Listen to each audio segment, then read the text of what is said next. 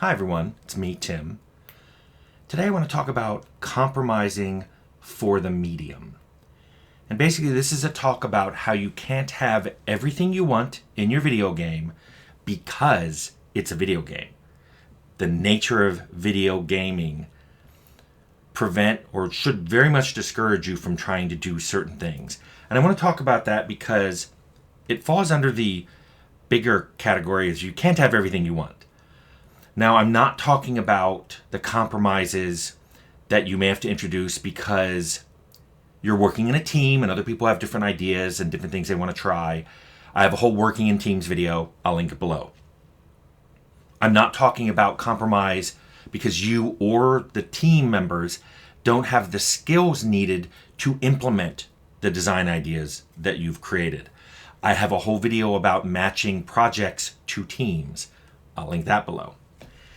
And I'm talking about compromising here. So I'm not talking about the advantages the video game medium has over movies and TV shows and books. I have multiple videos on player agency and multiple videos on nonlinearity, and I'll link those all below.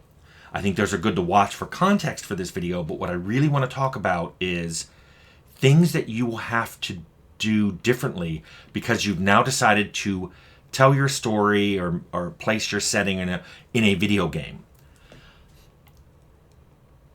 It's compromise you're making because when you're making a game, some things are easy, other things are hard, and that's always dependent on the medium. So all that stuff I talked about, player agency and nonlinearity, that's a lot easier to do, and in some cases really only possible to do in a video game. People will talk about the rare TV show that lets you pick what ending you get, or playing in a choose your own adventure book. Those are rare, and they're not nearly what we're talking about that you get with video games. Let me give you an example of what I'm talking about. I'll talk about the compromise that's needed. Let's talk about TV shows. TV shows are episodic. It doesn't matter whether they're broadcast or whether they're streamed. They're episodic. And the nature of contracts with actors are such that actors are paid, especially, I think this is true for every actor, and it's especially true in terms of more money and residuals if they speak lines, based on how many episodes they appear in. So you may have an actor that appears in one episode or in a limited number of episodes in a season, or even just one season and then they're gone.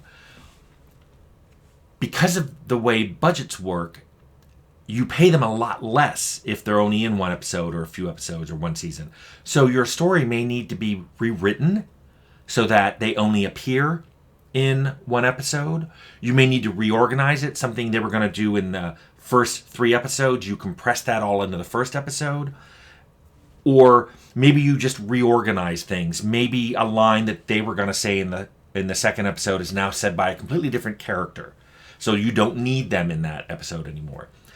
And you may go, well, why do you do this? And it's like, I've always say the answer is money. Money is not infinite for any project. For a lot of TV shows, you're either given a season budget or a budget per episode. And the money that you save because you don't use an actor across multiple episodes is money you can use for special effects or location shooting or music licensing, which may be more important than having this one actor come back for a particular scene 4 episodes later. So it's an example of a compromise you make to your original story and scripts so that you can have some other things that you want. Game design has a ton of compromises like that. Now, what's interesting about game design is a lot of those compromises are technical. For example, I've talked a lot about, graphics and visual fidelity and all that. That's a good example of where you may have to change your design just because technologically it can't be realized. Maybe the graphical complexity, the number of polys in your models, maybe the draw distance, maybe the number of objects in the scene, whether they're other creatures, so you want a big army attacking, or whether it's just a lot of scenery objects, so you want a very dense foliage in this area. Or maybe it's really complicated collision detection. You want a creature that's really complex and has lots of surfaces that you want to collide, when most of the other things you're relying on a simple sphere or cylinder collider, which are way cheaper to detect. So because of that, because of those kind of restrictions, you may have to redesign things. And it can be anything from, you may have a creature that's a giant multi-tentacled blob, and you have your lead programmer going, we can't do that. Maybe 2 tentacles, so maybe it changes into a creature that attacks with its 2 front arms. Maybe you have a really big zone. You want a huge zone with tons of things hidden away in it, and it really encourages exploration. Can't do that. You're going to have to chop that up into instances, and then each of those instances is named its own subzone, and now you don't have a big zone anymore. Or maybe you just wanted a jungle. You wanted really complex, rich trees with lots of ferns and other foliage under it. And that's just way too many polys that have to be rendered. And also you wanted wind, and so you want them swaying, and it's too much. You have to redesign. You have to come up with a different way of telling your story, or in a different way, in a slightly different setting. Mechanics may have to change. You may have ideas for spells that are just way too intense to run. You redesign. And there's a whole host of technical reasons, so I'm not even going to try to list them all here, but that's a major thing about video games, is there's so many technological moving parts that you may just have to redesign frequently to account for that. But then there's non-technical things like pacing. And unlike TV shows or movies or books, games can't force the main character, which is the player. They can't force movement. They can't force attention. Now, there are things you can do, like, okay, here's a snippet, a small cutscene, or an animated in-game animation. Like when the player clicks on an item, they pick it up and look at it. Or maybe they hear an audio clip play. Or maybe even a cutscene starts and they have to spend the next 15, 30 seconds watching it. And usually you let them cancel out, because if it's the 5th time you're playing this game. Ugh. However, I've watched multiple times throughout my entire career other designers take a design sledgehammer to their game to try to force players into a pacing that they want. They will fight here. They will find this thing. They can't leave until they do. And I don't like that style, and it's a perfect example of what I'm saying is you have a medium that encourages one thing and you're forcing it to be another thing. You're fighting against the very medium you've selected to tell your story in. Because what you can do is you can encourage good pacing. You don't force it, you encourage it. There are rewards for exploration. Your combat has a certain difficulty, or it lasts a certain length of time and occurs at certain moments during the game.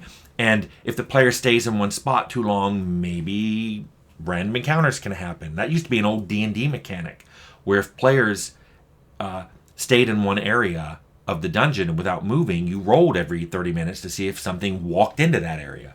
You can do things like that to kind of encourage players, keep going. This is an active world, keep going. Now, what you have to do, though, what you have to just understand and go, some players will not oblige. They will do what they want to do, and they won't do what you want to do. And you kind of just have to accept that. Like I said, rather than beat them with a stick for not doing what you want to do, dangle a carrot in front of the things you do want them to do. Most of them will go for the carrots. But here's something that's true for games that is way more of an extent that you have to think about than movies or TV shows. Movies and TV shows have this. Books really don't, but movies and TV shows have it a little bit. Games have it a ton, and that is the need to be future-proofed. You can watch movies from the 1930s, from the 50s, from the 80s. No problem. They've been digitized or put on VHS or DVD or whatever, and you can watch them. Games, not so much.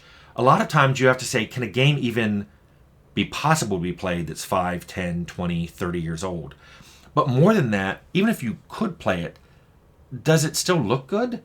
Does it play well? Certain tropes have come up, or styles, UI paradigms that some players are just used to, like WASD. WASD used to not be a thing where W, A, S, and D keys were your movement keys.